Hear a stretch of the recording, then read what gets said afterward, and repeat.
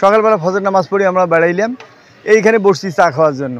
পরে একটা tractor jumper truck আসতেছিল দক্ষিণ থেকে, আর পুলিশের ভ্যান যাইতেছিল সিন্দুরমিতির দিকে ডিউটিতে। এদের গাড়ির মধ্যে ছিল 15 জন। তখন ওই যে ট্র্যাক্টরটা ছিল জাম্পার চাপ দিয়েছে পুলিশের গাড়ির কোনো দোষ ছিল না, ওরা সাইড মতনই ছিল। যখন চাপ দিছে বটগাছের সঙ্গে ধাক্কা লাগার পরে এদের ট্রাক চূর্ণ বিচ্ছিন্ন হয়ে যায়, পুলিশের ট্রাক। আর এইখানে 15 জন কনস্টেবল সহ অন্যান্য অফিসাররা ছিল, তাদের পা হাত মাথা এদের ফাটাফাটি হয়ে যায়, এরা পঙ্গুত্ব অবস্থায়।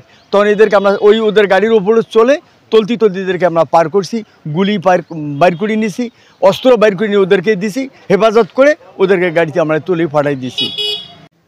আজ সকাল 6:20 ঘটিকার সময় এটা রংপুর লালমনিরহাট মহাসড়কে হাড়িভাঙ্গা সরকারি প্রাথমিক বিদ্যালয়ের সামনে আমাদের 15 জন পুলিশবাহী একটি ট্রাক পুলিশ লাইন থেকে রওনা করে হাড়িভাঙ্গা সরকারি প্রাথমিক বিদ্যালয়ের সামনে পৌঁছলে তাদের গন্তব্য ছিল সিন্ধুমতি মেলা ডিউটি করার জন্য রওনা হয়েছে। ওখানে পৌঁছলেই বিপরীত দিক থেকে আসা একটি ডাম্পার ট্রাক গাড়িটার একেবারে মাঝ বরাবর মেরে দেয়, রং সাইডে এসে দ্রুতগামী চালাই আসে। ফলে আমাদের 15 জন পুলিশ সদস্য আহত হয়, তার মধ্যে 6 জন পুলিশ সদস্য গুরুতর আহত হয়।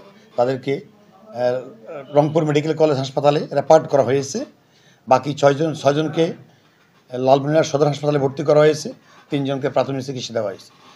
এই ডাম্পার ট্রাক গাড়িটি জব্দ করা হয়েছে।